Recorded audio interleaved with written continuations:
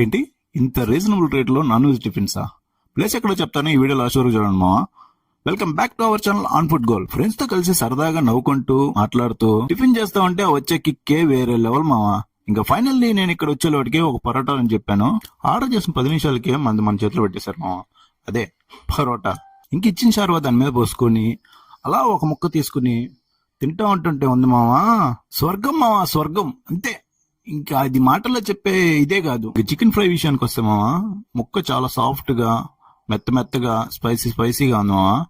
ఇంకంతటితో ఆకుండా నేనైతే రాగి సంగటి చెప్పుకున్నాను. రాగి సంగటి కానీ వేరే లెవెల్ మావా, వేరే లెవెల్. ఇవన్నీ నేను మాటల్లో చెప్పడం కాదు, మీరే ట్రై చేయండి. మా సాయిగడ్ అయితే చికెన్ ముక్కని అలా దోశలో పెట్టి షార్వా అద్దుకొని అలా ఒక బయట తింటా ఉండంటే సూపర్ ఉందంటున్నాడు. ఇలా మీ ఫ్రెండ్స్ లో ఎవరైనా తినేవాళ్ళు ఉంటే కామెంట్ చేయండి మావా. ఇంక మా తమ్ముడు నవీన్ విషయానికి వచ్చేవాటికి ఆల్మోస్ట్ అక్కడ ఉన్న దోశలు అన్ని రకాలు ట్రై చేసి ఇక్కడ మాత్రం నాకు ఎగ్ దోశ చాలా ఫేవరెట్ అయిపోయింది అని అంటున్నాడు. ఇంకా ఫైనల్ అడ్రస్ విషయానికి వస్తే మావా, మామిడిపాలెం చెరువు బైపాస్ దాటిన తర్వాత క్విజ్ కాలేజ్కి వెళ్లే రూట్ లో గంగిరెడ్డి టిఫిన్స్ అని లెఫ్ట్ సైడ్ లోనే ఉంటుంది మావా. ట్రై చేయండి.